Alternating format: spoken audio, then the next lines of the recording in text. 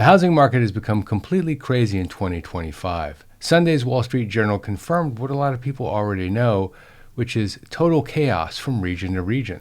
The data shows that on one end, Bridgeport, Connecticut jumped 7.3% year over year, and on the other, Cape Coral, Florida dropped 7.5% year over year. That's about a 15% difference between the winners and the losers in the same country over the same period of time. For those of you who are new to the channel, hello, my name's Jeff. I'm a CPA turned banker turned public speaker. I'm also a registered Social Security analyst. I have 25 years of financial services industry experience, and I started this channel in 2020 really at the request of my daughter, who saw me helping out relatives with their financial information when they became sick, unfortunately, as a lot of people did during that time. Fortunately, they recovered, but she said, "Dad, if you can help them, why don't you help people who aren't able to go out of their houses?" And with that, the channel was born. Today, we have over 335,000 subscribers, over 50 million views, over 4 million hours of watch time, and over 350 videos. And we would love it if you became part of our YouTube family by clicking subscribe and turning on notifications. We post 2 to 3 videos a week, and they're very relevant, particularly for the times that we're in right now. It's been a long time since we've seen such wildly different regional markets. Let's break down this erratic housing market. First, those scary headlines about a market crash, a housing market crash, are missing the point. The truth is much more complicated, and it depends largely on your specific location. And by the way, this kind of regional divergence is unprecedented in modern housing history. The housing market isn't just hot or cold, it's both at the same time. And in just a moment, we're going to talk about what this means for your specific location. Before we dive deeper, let me share with you something interesting about my local housing market. Properties in my local market vary wildly in price and time on the market. Some homes sold in days with bidding wars, and others sat for months with discounts. And this market behavior continues today and likely into the future with the data that's out there. It's important to note, though, that what worked yesterday might not work tomorrow in this erratic market. So let's look at what's causing the madness. This erratic market is caused by unusual risks and unique opportunities, and you need to understand both to understand what the data means. First, according to the Wall Street Journal, as of March 2025, housing prices are up 1.5% nationally month over month. The median home price is $431,780. Year over year, we're seeing a 2.5% increase nationally. But when you take all of the numbers and put them together on a national composite, it hides the regional nature of the movements. Some cities are booming while others are facing significant declines. The Wall Street Journal data shows this. And no single trend can explain this unprecedented housing market. It's like the Weather Channel gone wild. And this confusion causes whiplash between buyers and sellers. The monthly change in sales has gone down 2.9% year over year nationally. And this might sound modest, maybe even a blip in the data until you look at the underlying information. The old adage, all real estate is local, has reached an entirely new extreme. And these patterns, they affect everything from days on the market to negotiating power. Who has the negotiating power? The erratic nature of today's housing market begins with inventory. National inventory is up 15% year over year. But that number is misleading. Some areas face severe shortages while others have massive surpluses. But just to put this into context, pre-pandemic we had 2.2 million homes in inventory. Today it's 1.8 million, but the distribution is completely different. And the Wall Street Journal has a bubble chart that perfectly captures this chaos. They plotted price changes against inventory changes for major metro areas. The pattern looks like a random scatter plot at first glance. Northeast markets cluster together but behave nothing like southern markets. In western markets, they follow yet another unpredictable pattern. Markets that used to move together now follow completely different trajectories. This erratic behavior makes predictions very, very difficult. For example, nationally, 27.1% of homes sell above asking price.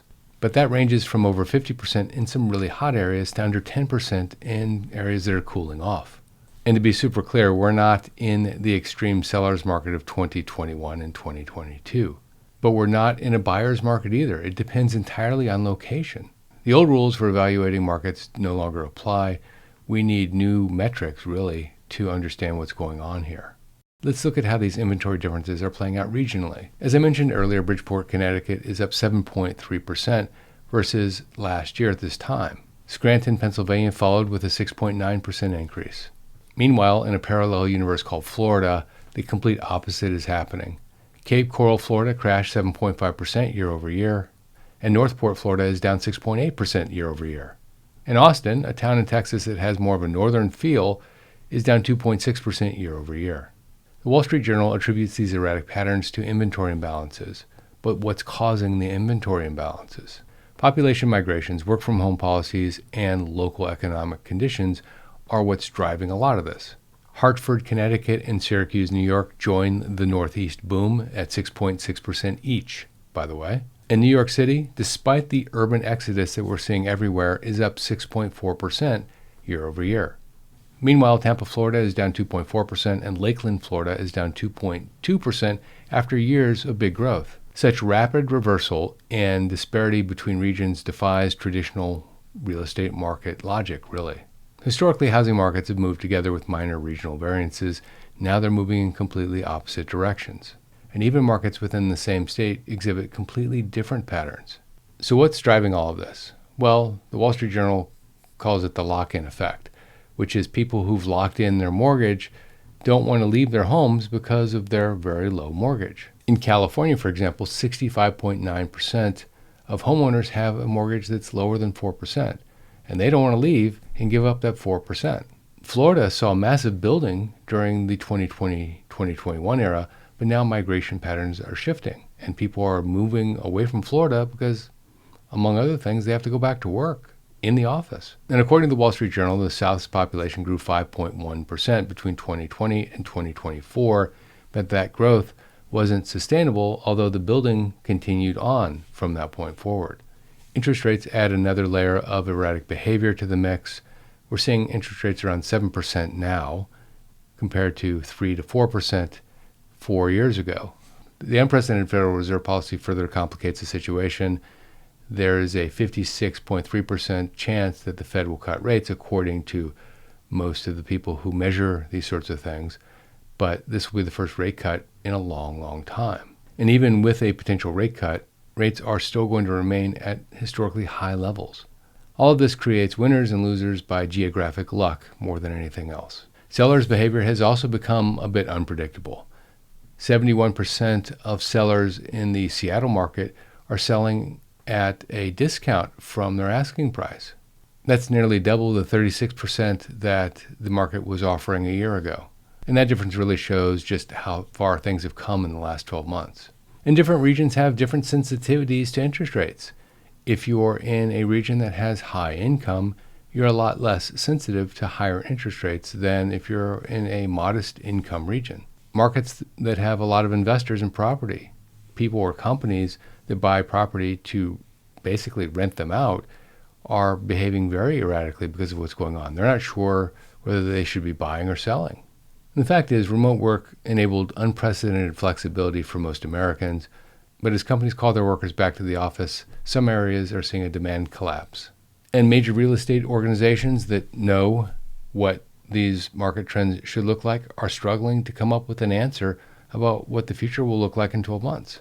The National Association of Realtors expects a 2% growth in 2025, while CoreLogic forecasts double that at 4.1%. And basically, all of these conflicting signals create the most unpredictable housing market in decades. So what does this erratic market mean for you? Well, let me break it down. First, national predictions are meaningless in this chaotic environment. You got to go local and see what's happening in your local market. And this is played out in Sunday's Wall Street Journal data. It shows that local market knowledge is critical. Compare current inventory levels to pre-2020 to see what's changed. This is one of the best metrics to predict whether prices are going to rise or fall in the future. And check seller concession rates too. This signals shifting negotiation power. When concessions increase rapidly, this signals that prices are likely to fall. Pay attention to local migration trends and employment patterns. These demographic shifts drive demand in unpredictable ways. My advice for navigating these unprecedented markets is simple. First, accept that timing the chaos perfectly is impossible, and that's actually impossible even in great markets. Second, focus specifically in your neighborhood's individual dynamics. Third, be prepared for unexpected changes in supply and demand rather than some national crash that may or may not happen. Study your local conditions with forensic attention to detail, and be ready to act decisively when opportunities emerge from the chaos. and stay flexible enough to pivot when an erratic market shift happens. And above all else, don't follow outdated rules of thumb, in this market anyway. Remember that national headlines don't really represent your local reality. And know that for a housing market crash to happen, supply must overwhelm demand. This last fact, by the way, is happening in some markets, but it's not happening in others. And historical crash patterns, by the way, suggest about a 5-year time horizon between peak and bottom. This process will take patience, months, if not longer, maybe a year. And if you're a buyer and you see a good deal in your local market, act decisively because others will probably see it too. Use seller concession data to measure your negotiating leverage. And watch for homes that are sitting in the market above the average number of days on the market. These often represent some of the best negotiating opportunities as a buyer. My recommendation to you, though, is don't get caught up in the theoretical best time to buy. Focus instead on finding the right property at the right relative value. In this market, entry-level homes often face more competition than move-up properties. And if you're a buyer, get pre-approved and have your down payment ready, because if you don't, there's a good chance you could lose the house by the time you get the pre-approval. And if you're a seller, think about this from the lens of a seller, not as a buyer.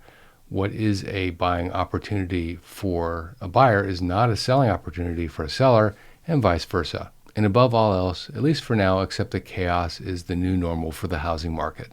This erratic market will probably stabilize at some point, but it's unlikely to be 2025. If you like this video, check out that video, Crisis Ahead, Why Your Home Insurance Might Double Soon. This is Jeff Schmidt, and I will see you in that video right there.